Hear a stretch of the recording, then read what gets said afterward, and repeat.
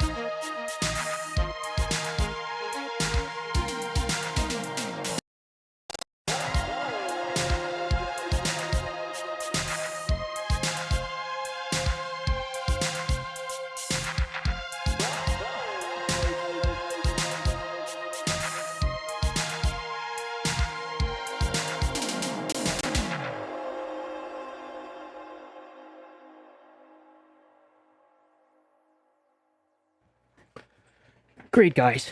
There seems to be a little bit of a stuttering there in the project, but that's fine. We'll manage.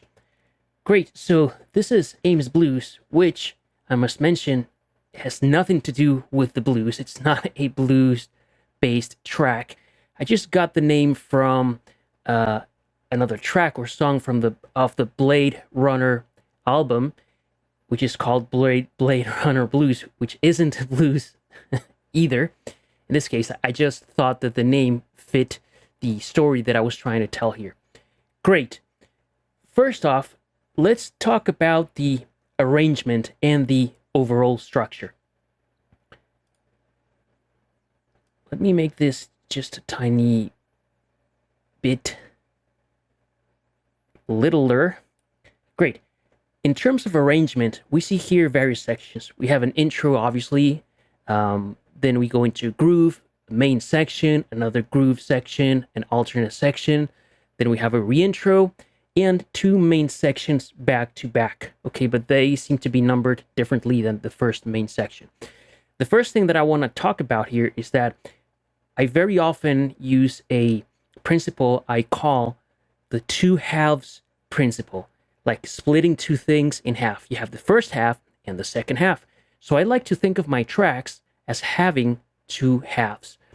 The first half is from the intro all the way through the verse, the chorus, etc. And typically I will have some kind of reintro or breakdown, like most often, or like 99% of the time. So this is what I would consider my first half.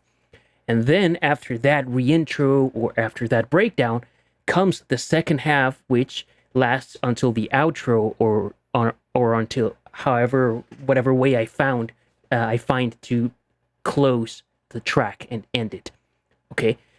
Now, when it comes to the two halves approach, or this two halves principle, I like to present something during the first half and not necessarily repeat the same thing during the second half. So I find ways of making the second half different than the first. When it comes to the macro arrangement, or looking at the track from this 30,000 foot view, from this zoomed out view, the way that I approach it is this second half after the break or the reintro, I'm not gonna do a carbon copy of whatever came before. Okay, I already told some kind of story here, and I got you to listen all the way to the break, so I'm not gonna present to you the same thing in the same way. Okay, so I am not gonna present something completely new.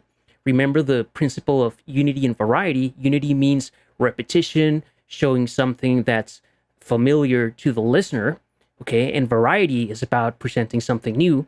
So here I'm not gonna just present new stuff. I'm gonna present some of what I already presented, but in a different way. And more often than not, in my macro structures, the second half is kind of a shortened version of the first half.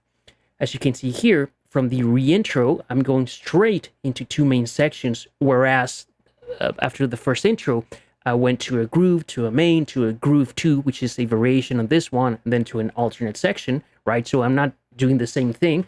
It's a more focused and tighter experience, a shortened ride after the reintro. Because if I were to duplicate everything, then the track would have been like 7 minutes long, and it's very hard to keep the listener's attention. So again, the second half, I try to present something different from the first half, and typically is a shorter version of the first half with some additional stuff thrown in for flavor. That's one thing. Okay, so we can clearly see that this is the first half. This is the second half.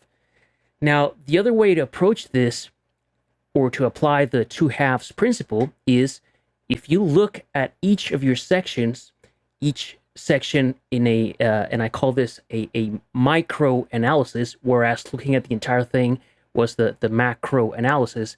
In a micro analysis, we take each of these sections, split it in half, and you present something during the first half, you present something different during the second half. So not necessarily completely different, but a little bit of variation, of surprise, or something during the second half.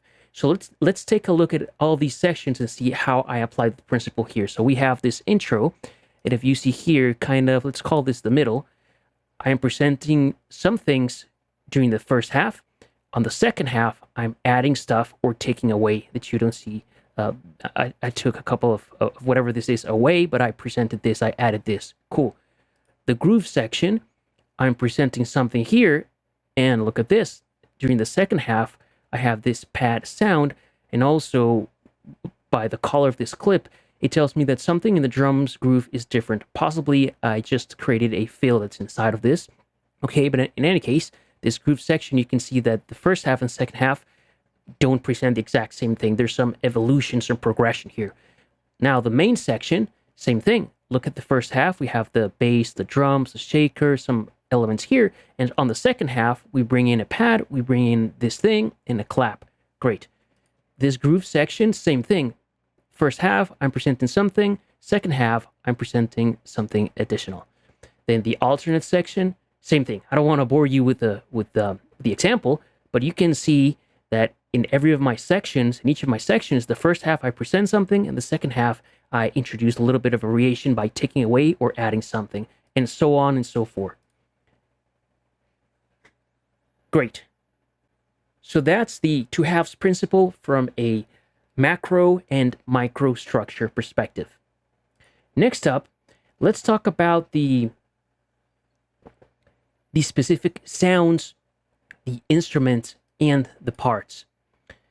If I'm not mistaken, most of the synths for this track are OBXD or OBX. Yeah, it's this OBX or Oberheim emulation by GeForce, which is a great synth. If I'm not mistaken, for almost all of my sounds, yeah, I used the same thing. All right, let's take it step by step. The bass.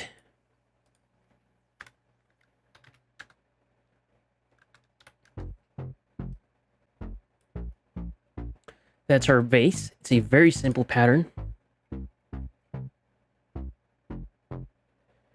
It's following what the kick drum does. And it's just playing mostly the root notes of the chords in short staccato notes. And the synth is OBX by GeForce and a patch that I made myself. That's the bass. Then we have the drums.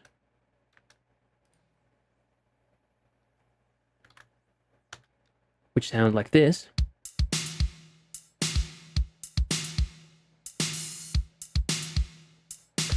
They're very crisp, clean. Have a little bit of reverb there. Let's see what I used for this. That's the kick. And the kick is from the Elka Drumstar 80 sample pack, which I got from the KB6 library. You can go and look this library up online. If you make a donation of like, I don't know, $10 or $15 or something, you get like 6 gigabytes of really obscure and rare drum machine samples. So this is the kick. For the snare, it's also the Elka Drumstar. Snare 3, closed hat, still Elka Drumstar, closed hat sample, open hat, same Elka Drumstar, open hat, shit clap, still Elka Drumstar, shit clap, crash, same thing, crash sample, big tom. For the toms, there was only one sample, so what I did is I took the original sample. I think I pitched it up. Well, I didn't pitch that one up.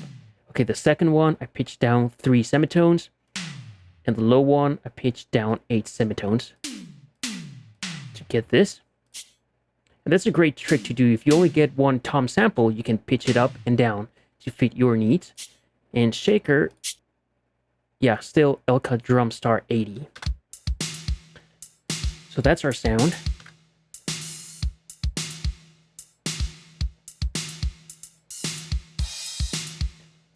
With the crash. And I also have a shaker here. Panned to the right. I have some claps. There we go in the tom fill.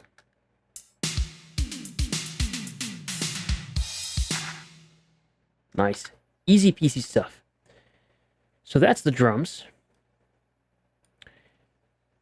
Let's talk about the very interesting thing the synths are doing here. This track, if I remember correctly, I started it as an experiment following some of the Berlin School techniques that I found on Synth Seeker's YouTube channel, which is great. I recommend you go and check it out, Synth Seeker. And he has a few tutorials about Berlin School and how to create that kind of music. So I used some of those techniques to create some of the textures that I'm going to show you.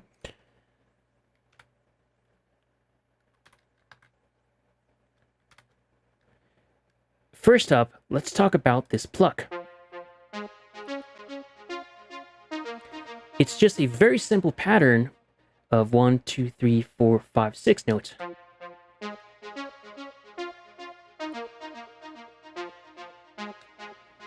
And it's also a custom-made patch. Yeah, on OBX.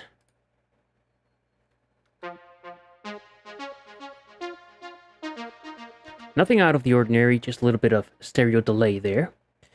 When it starts to get interesting is when the... Let me see where it is. Okay, when this other synth comes in. Check out that this synth, the one that I just played,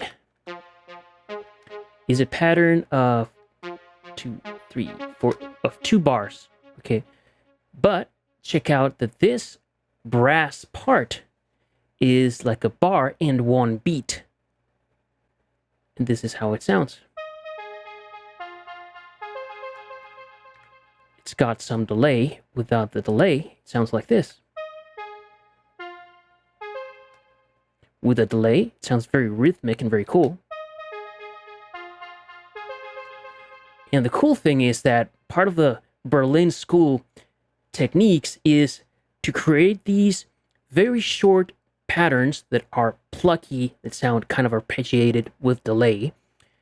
And the trick is, when you create your parts, don't create them with the same length so they don't line up. For example, this one, like I mentioned, is 2 bars long. This one is a bar and a beat. So as I duplicate this one across my timeline, it never aligns with the other synth that's playing. So when I play these 2 synths, we get like this very cool polyrhythmic feel. It feels like generative. It feels random to a certain way because the parts will never line up. And it sounds very intricate and complex, but it's very cool.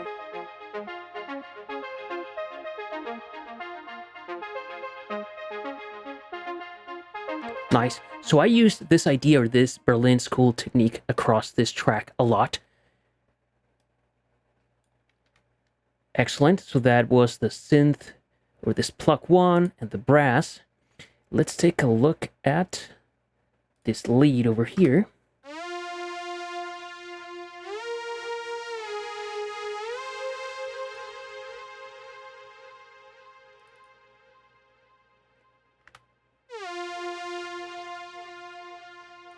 Because most of the sounds that had been playing before this main section, or this chorus section, are short, plucky, or stabby, I decided that I would use some kind of a longer, sustained sound during my main verse. And that's the principle of contrast being put to use. Always think of using long sounds along with short and stabby sounds. If not on the same section, then on different sections. And always try to create contrast. So if you have a section that's very sparse, then your next section could be very busy, or the other way around. Always keep thinking about creating contrast from section to section, and inside each section, contrast in the kinds of notes: short, long, staccato, stabby, or soft, etc. So you create this better experience for the listener, and it's more interesting. So here we have some very long notes to contrast those short and staccato notes from those ARP plucks. This is also a patch that I made on OBX, which is mostly sawtooth waveforms,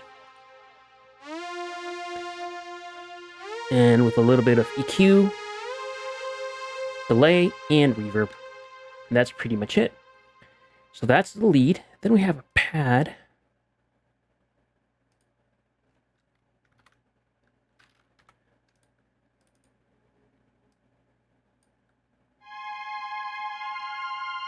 Kind of as an accent, as an attention reboot, with delay and a little bit of EQ. Let's take a look at this. This is a preset from OBX called Strings of Love. Sounds very cool. One of the few presets that I used on this track, if not the only one. So let me unmute this, and this pad, like I said, serves to reboot our attention.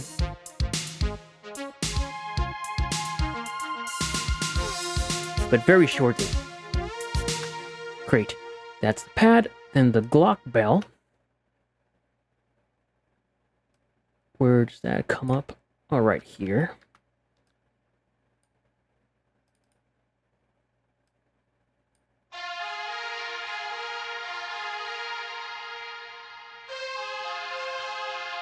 This also has a lot of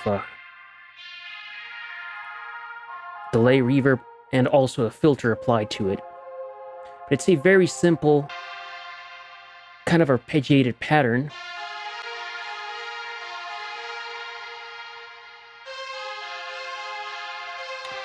Oh, this is the Korg M1 and a patch called... What's it called?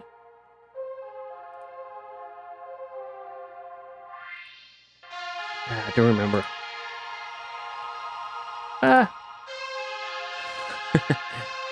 Alright, trance maybe? Don't want to screw it up. Alright, so that's that. Then we have the Voyage pad.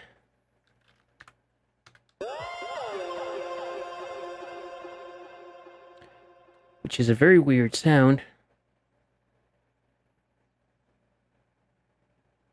Okay, this is a custom-made patch on the Arturia DX7V. And it's got some Destroy, which is a bit crusher, resampler, etc. You can hear that digital fizziness or that digital bit crushing going on. As long as some nice delay and reverb. I really like to use weird noises like this to give ambience to the track and to use them as attention reboots. They're very effective in, even if they're mixed very, let's see, softly here and there in the mix, they still like draw your attention and are really good at that. Again, rebooting the listener's attention. And introduce movement, texture, and a little bit of a vibe to your tracks. Okay, so that's the Voyage pad. What's the Voyage verb? I don't have any idea. Okay, I think I took the Voyage pad, rendered it, and then reversed it, and used it with a lot of reverb to use as attention reboots here and there. Let's see.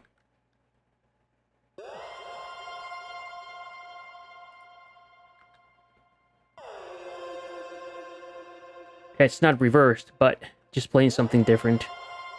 Again, this is an attention reboot. And that's pretty much all the synths. In terms of effects, I think I only have this track here.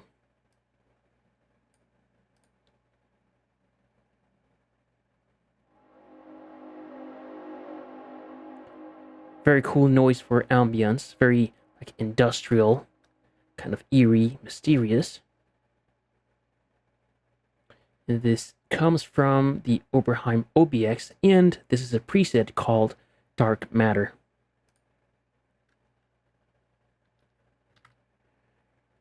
Great. So all of these are the parts and the synths that make up this track. I want to point out that if you take a closer look, you see that I only have very few elements in my track. So bass, that's one element. Drums, that's the second element. Yeah, there's claps and shakers, etc., but I consider all of this percussion or drums, so that's the second element. In terms of synths, I have 1, 2, 3, 4, 5, 6, 7 synths, and one noise synth or one noise sound. So all in all, it's just very few elements. And one of the things that I've mentioned that I like to do in my tracks is to reuse the same synth across different sections, have it play something different, something weird. If it plays a main lead somewhere, maybe I can have it play just some of those accents or a foreshadowing of that lead somewhere else, etc. Instead of piling on the synths and having 25 synths in my tracks, I really like to keep the count very low at around 7 to 8 or 9, 10 at the most, but you'll never see a production of mine where I have 15 synths doing different stuff. There's nothing wrong with that, but I just find that it makes my arrangement and my mixing more complex when I have so many elements, and I rather use as few elements as I need to get my point across, and as few elements as I can, right, to really make this a memorable experience. And of course, if I need more synths, I'll instantiate them. But my first or my go-to action is not just pile on synths and layer tons of stuff here and there. Again, because this makes the process more complicated down the road. So all in all, you see that I have very few synths, 7 at the most or 8, plus this noise one, drums, and and our bass line. In terms of drums, I very often like to pick just one classic drum machine and use all of my sounds from that. And whatever sounds I get, I will try to make them work. I will try to make them fit the music. It's not like I spend an hour just trying to find a kick, then an hour trying to find a snare, an hour trying to find a hat. I don't know, kind of randomly, depending on how I'm feeling or what music I'm listening to, I may say, let me try this drum machine, classic drum machine that I haven't used in a while, the samples, right? Because I don't have the actual physical drum machine. And I'll just make do with whatever samples I have. That's another strategy that I very often do. Other times, yeah, I put together a Frankenstein kit from the kick from whatever drum machine and the snare from whatever other one else. But that's not my typical approach. All right, so that's all the parts and all the synths. Let's talk about some of the mixing stuff and some of the automation, some of the processing that I applied here.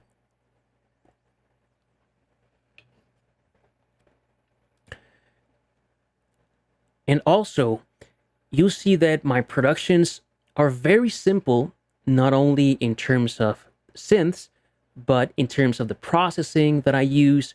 You don't typically see me piling up tons and tons of plugins and processing. I try to keep things very simple. For the most part, on each of my channels, you will find delay most of the time, some kind of compressor, and an EQ. Like those 3 things I almost always use.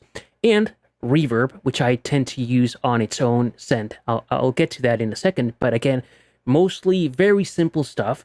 And all the plugins that I show you here are just the tools that I like to use, but I'm sure that the stock EQ, the stock compressor, the stock delay, and the stock everything that comes with your DAW will work just fine. It's just that I like certain tools to get a certain sound faster instead of having to tweak, but in other times I just use stock plugins myself. So let's take a look at some of the processing that I have going on here. The bass, I'm using EQ to cut out a lot of the lows and a lot of the mid-range because I wanted the bass not to fight the kick and to really work together with the kick. It has some compression, which is very simple. attack, kind of a fast-ish attack of 2 milliseconds, release of 4 milliseconds, a very high ratio and a very low threshold, so it's kind of like a limiter. I'm getting a lot of dB of gain reduction. You can see here 12 or even sometimes more, because I did want the bass to really feel solid and not move at all. And I'm just using a clipper to clip a little bit of the top, not for loudness purposes. Cool. Then when it comes to the drums, let me loop there. The kick, I'm using EQ to cut out the bottom end, to cut out some of the mids, and to enhance the clickiness of the attack, the beater attack.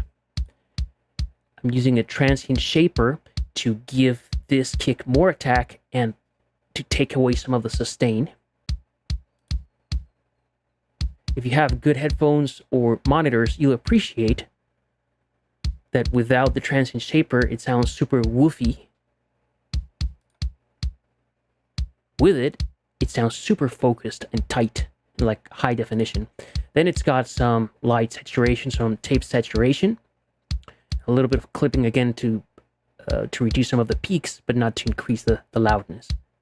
And I pretty much applied this clipper across various tracks, and for the same reason, just to take care of some of the peaks without increasing the loudness. So I'm not gonna keep on mentioning it on every channel that I walk you through. All right, so that's the kick, the snare, same thing that I've showed you, cutting the lows, cutting out some of the mids. In this case, I'm cutting out high end. Then I'm using compression, attack of 20 milliseconds, ratio 5:1, release 1 millisecond, and getting about 3 dB of gain reduction. Nothing too crazy, just a little bit. And in this case, I'm using this reverb, which is set to plate reverb directly on my channel. That's the snare. This is the hats, panned slightly to the left. And I'm cutting out a lot of lows and mids. I just wanted the hats to feel crispy and clean. Now I have this delay creating a Haas effect, like the poor man's stereo. Oh no, actually it's a drum sizer just to give it a little bit of width. Similar technique. Okay, well that's that. The clap.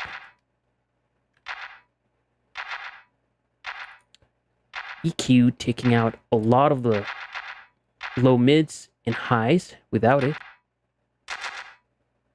With it, I just wanted the claps to feel like in the background, muffled like this. And we got some delay doing what? Just like a short stereo delay. Great. Crash, just some EQ to cut out the lows and the mids without it. Super clunky. With it, crispy.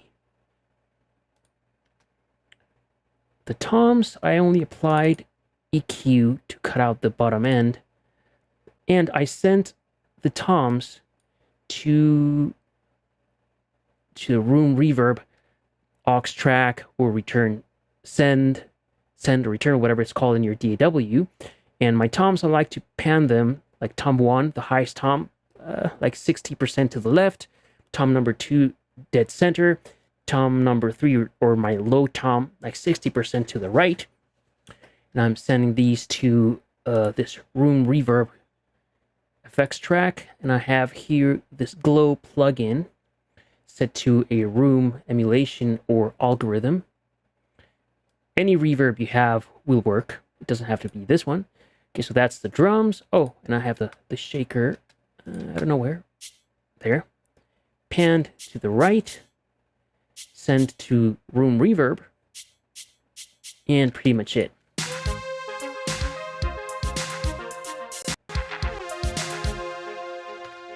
Great. And I like to work in a certain way. When it comes to all my tracks, I like to group my drums, all my percussive sounds, and the bass most of the time, and send them or output them into one bus, which I call the drum bus. Okay, so all of my reverbs for drums, all my drum and percussion sounds, and my bass, they're all feeding this drum bus. And on this drum bus, I like to apply further processing, most likely in the form of EQ, tape, saturation, compression, etc. Sometimes limiting. So in this case, we have this tape emulation plugin. I have this Fusion Vintage drive to add a little bit of saturation. Then this other bus compressor set to 3 milliseconds attack, 100 milliseconds release, 2:1 ratio. And I like to get between 1 and 2 dB of gain reduction. Nothing too crazy, just to give my drums and the bass a little bit of glue. In this case, I'm using a limiter just to cut some of the peaks. So that's all my drums and bass elements. Now let's talk about the synths.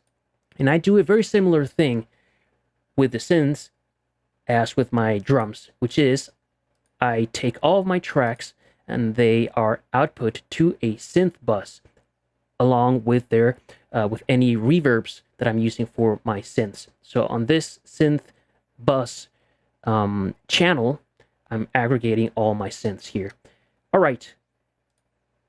In terms of the individual channels, you see here that mostly I do the same thing. Some kind of EQ, replica, XT is the delay, so I'm not going to cover all of them one by one. This TR5 white, this is an LA2A emulation compressor, which I really like for my synths because it's very easy to set up. It's just one knob, and you can use whatever LA2A emulation you have. Most DAWs, I think, come with one. If not, there are many free out there.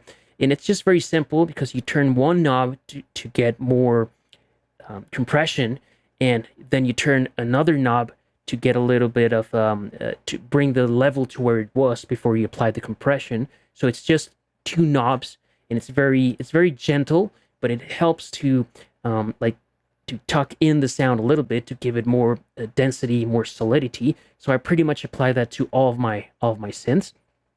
As you can see here, EQ, the delay, the compression, and for the most part, I like to set up at least one reverb that I will share among all of my synths. In this case, this is Pulse by Wave Alchemy. I'm not sponsored or anything. I just like their plugins very much. This is set to a room algorithm with I would say a medium size, or kind of almost large size, but with a short decay. And as you can see here, most of these tracks are sent to this synth verb to various degrees. For example, here, this is like half of the signal is sent there, but this one I'm sending more, and so on, and this one has a lot. So this one is mostly reverb.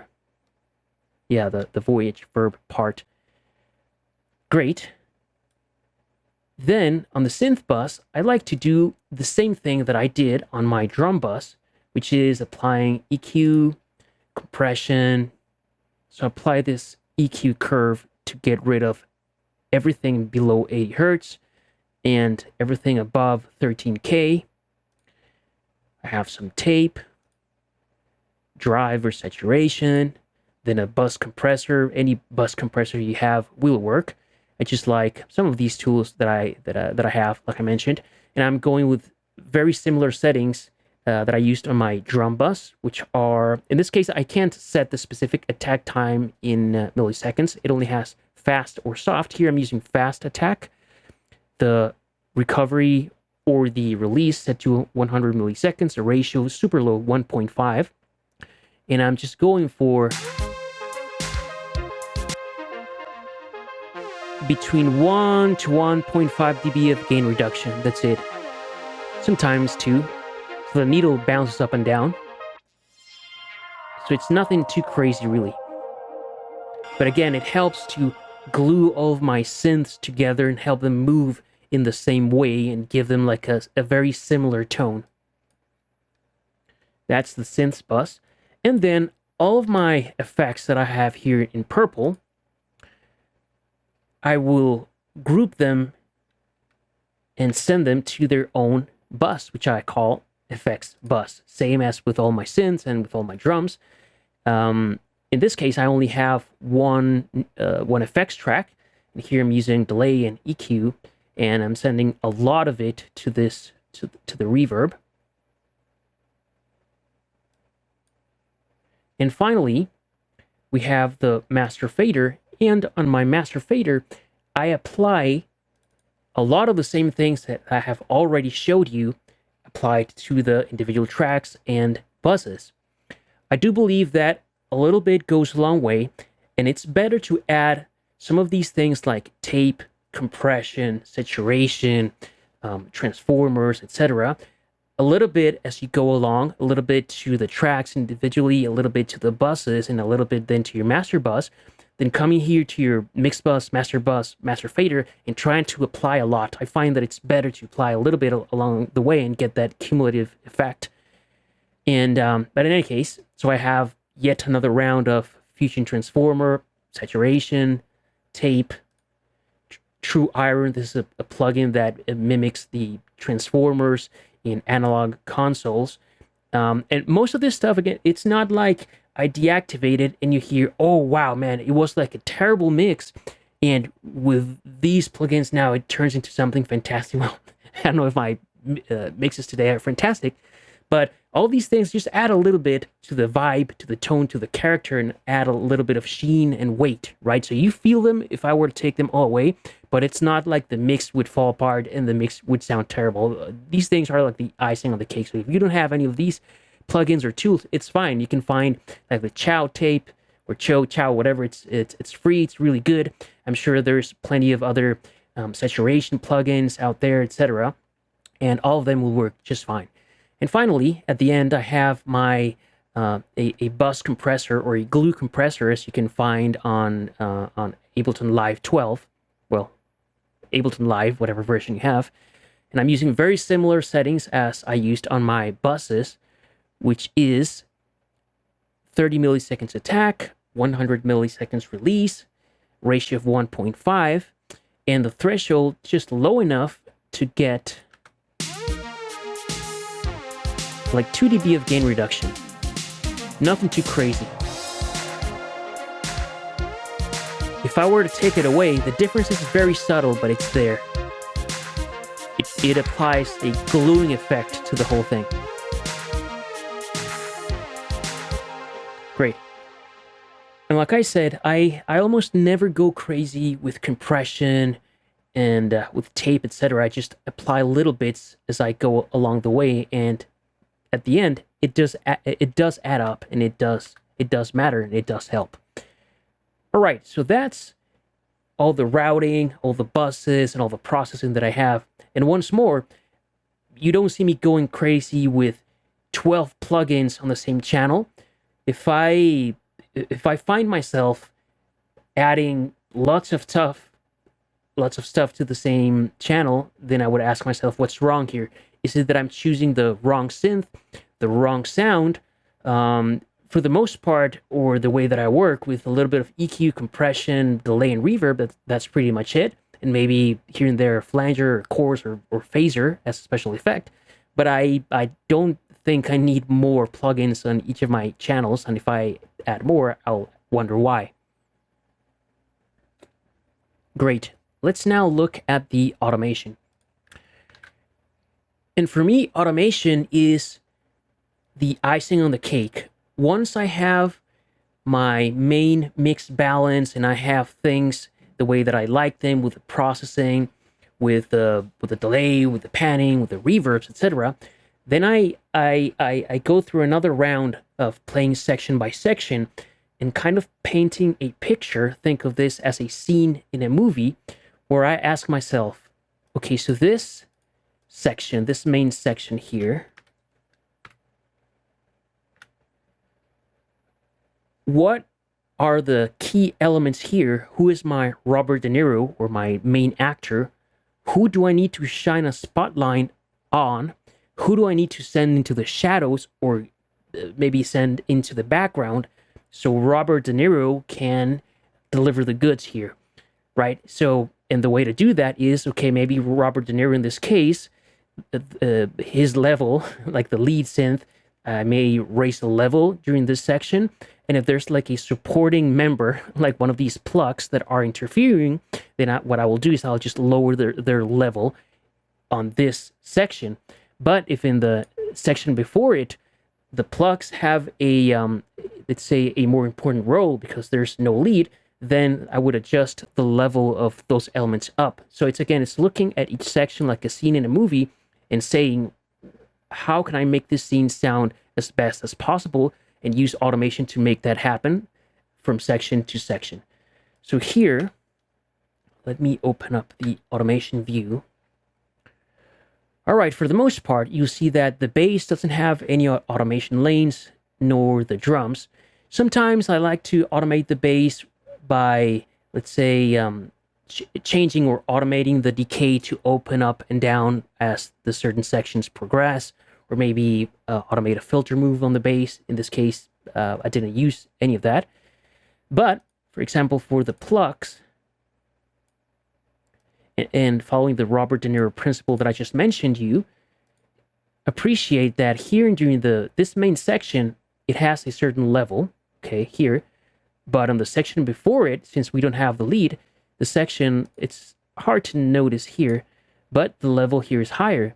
And notice that on the second half of the intro is even higher than here on the main section and the groove. But during the first half, it's super low, okay? And the same thing here in this alternate section where it has the same level as the groove, but when I come to the reintro, I'm bringing the level of this element down, and so on and so forth. So it's never static. I'm thinking about it as scenes in the movie. On this scene, where should this guy be? Should he be higher or lower in level? And I adjust accordingly. Then certain similar thing with the filter. I automated the filter cutoff on this plug sound. So it's doing some moves here. I raised the filter here. I lowered it. And so always thinking about, what does this scene need? Then the bass, not the bass, the brass.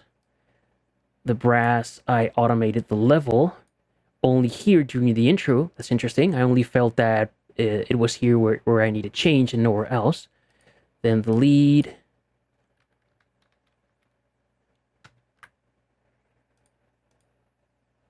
Does it have any volume automation? I think it doesn't. Then the pad. It does have some volume automation here. Second half of this groove. Here during this alternate section, but in other places, it stays the same. This Glock bell sound, same thing. I only felt that I needed to raise it here and nowhere else. Right? For example, here, during the main 3 section, the volume is lower than during this groove and alternate section. I felt that was best for the track. The Voyage pad, same thing. Here it has a certain level, on this section it has a different level, and here it's higher in level than these other two. And the noise, not sure if I didn't automate anything. And I had a couple of filters, effects on my master bus, and they are a few filter moves. For example, here.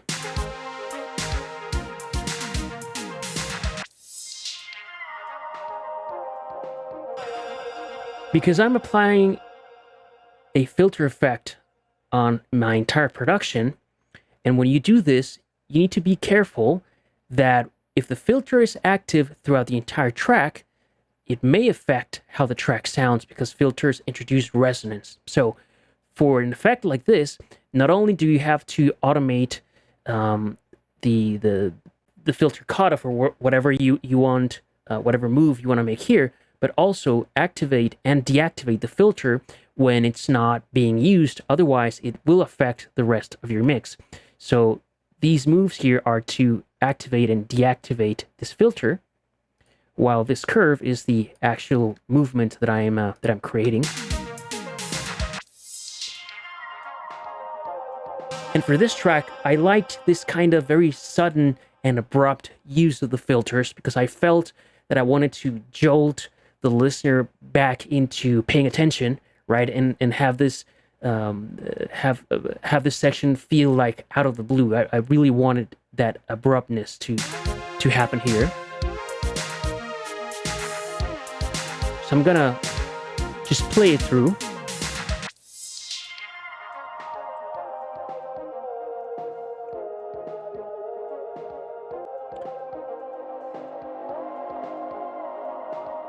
Then I bring it back up.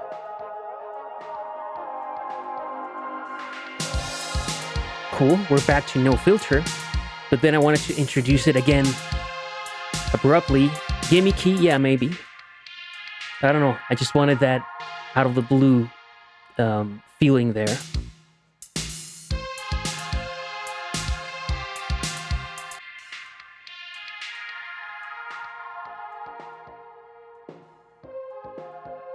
And we come back up.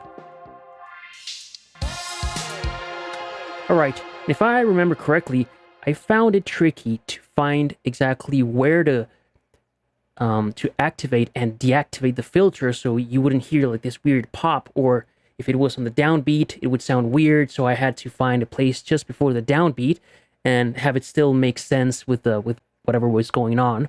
So all of these tiny things take time to get accomplished, right? So that's why the automation is one of the things that I leave towards the end of the production once I have almost everything that I like in place, because these things can take up a lot of time to set up and get the right curves and the right feeling that you want.